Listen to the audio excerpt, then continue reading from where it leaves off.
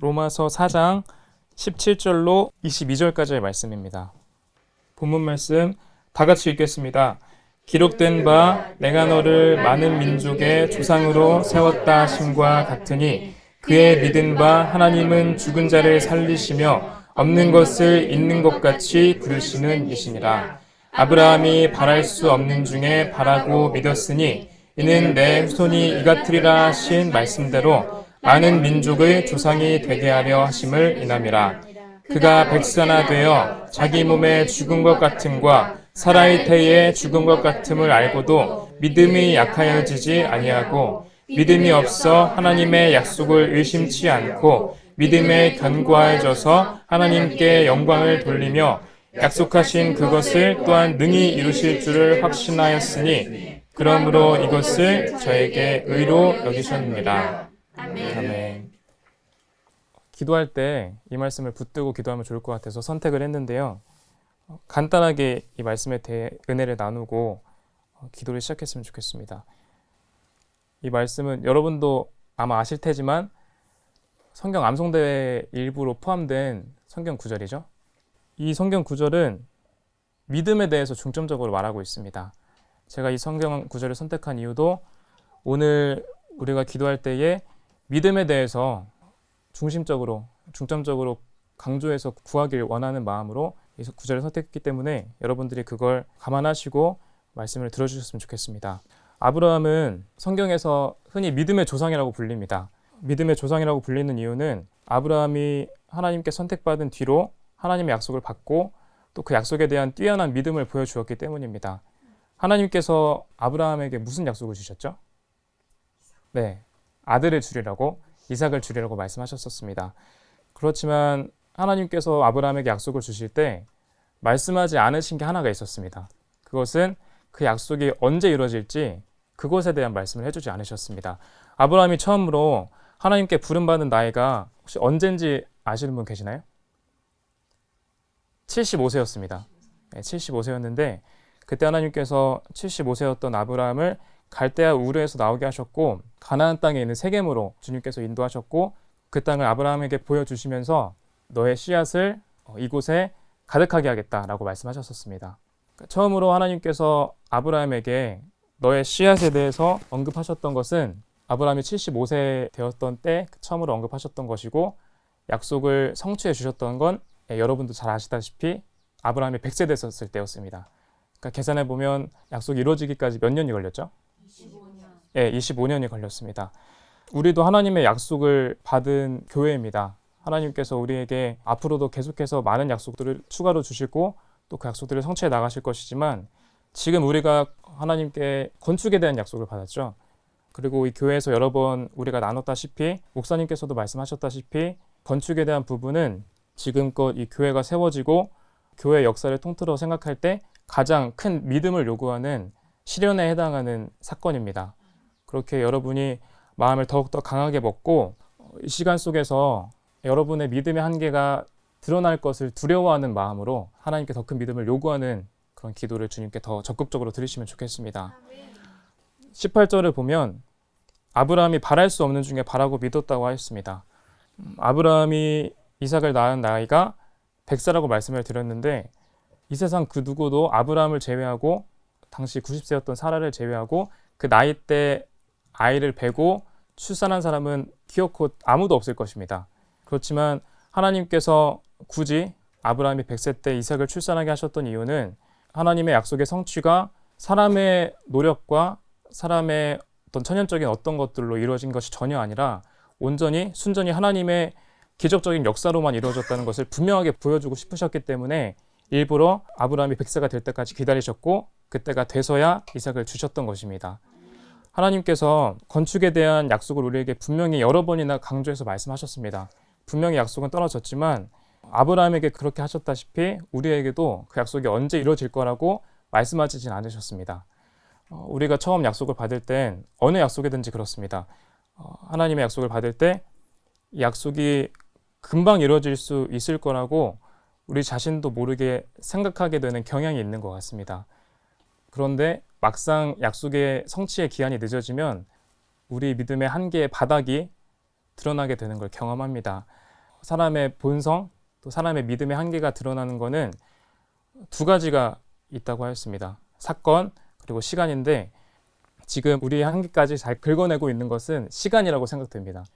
예상보다 하나님의 약속의 성취의 기한이 늦어지고 있고 또 모든 일들이 우리가 전혀 예상치 못한 방향으로 계속해서 비껴나가서 흘러가고 있는 것을 우리가 경험하고 있는데 이 상황 가운데서도 우리가 믿음을 지키는 것이 하나님께서 바라는 이상적인 신앙의 모습일 것입니다.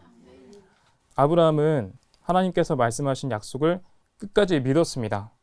그래서 18절에 말씀하신 것처럼 많은 민족의 조상이 실제로 되었고 지금까지도 믿음의 후사인 우리들은 아브라함을 믿음의 조상이라고 부르고 있습니다. 19절에서는 100세가 되었을 때 아브라함의 상태와 또 사라의 상태에 대해서 말하고 있습니다. 그가 100세나 되었을 때 자기 몸에 죽은 것 같음과 또 사라의 태에 죽은 것 같음을 알고도 믿음에 약하여지지 아니하였다. 이렇게 말씀하고 계십니다.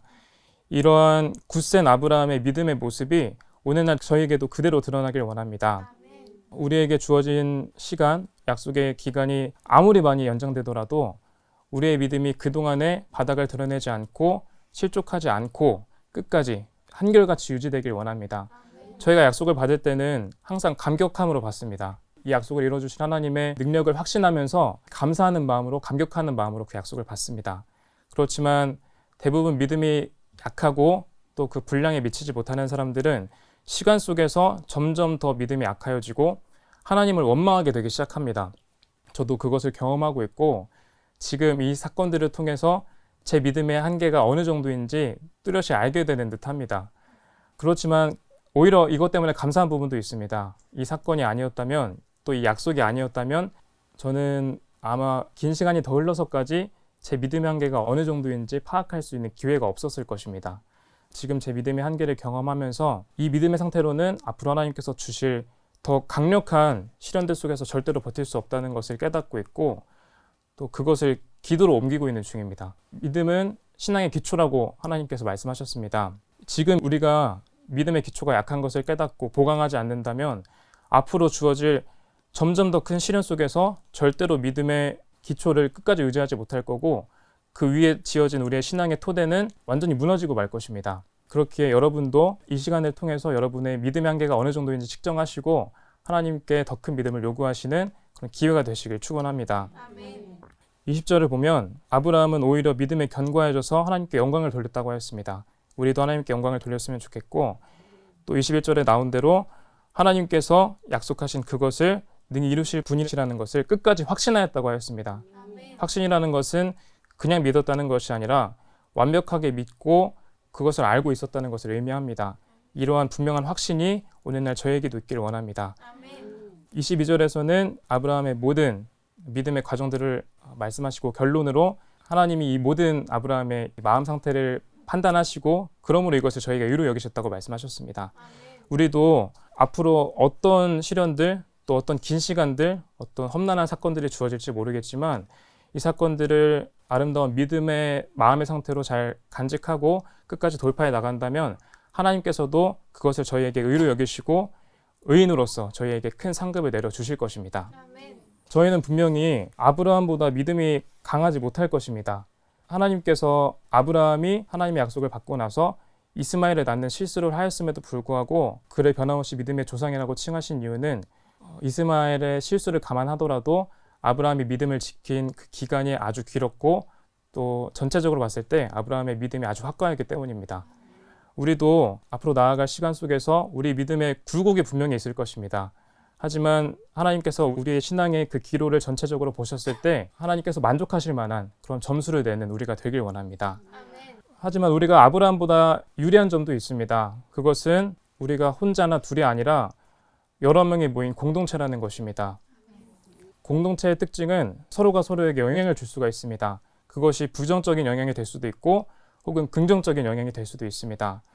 우리가 이왕 남들에게 영향을 끼친다면 부정적인 패배감을 남들에게 퍼뜨리는 사람이 아니라 남들에게 더욱더 강력한 믿음을 전해주고 쓰러져가는 영혼들을 세워주고 또 옆에 있는 사람들을 격려하면서 끝까지 나아갈 수 있도록 붙잡아주는 그런 사람이 되도록 기도해야 할 것입니다. 자기 자신을 먼저 붙잡을 수 있는 사람만이 다른 사람을 그렇게 붙잡을 수 있을 것입니다. 하나님께서는 오늘날 저희를 아브라함처럼 믿음의 후사들로서 부르셨고 또 결국에는 아브라함처럼 하나님 앞에 오랫동안 기억되는 또 많은 성도들 앞에서 회자되는 믿음의 선진들로 또한 마지막에 남겨지게 하실 줄 믿습니다. 우리를 앞으로 더욱더 강력하게 붙잡으시고 사랑 안에서 이끌어 주실 살아계신 주님을 찬양합니다. 주기도문하고 예배를 마치도록 하겠습니다. 주기도문 하시겠습니다.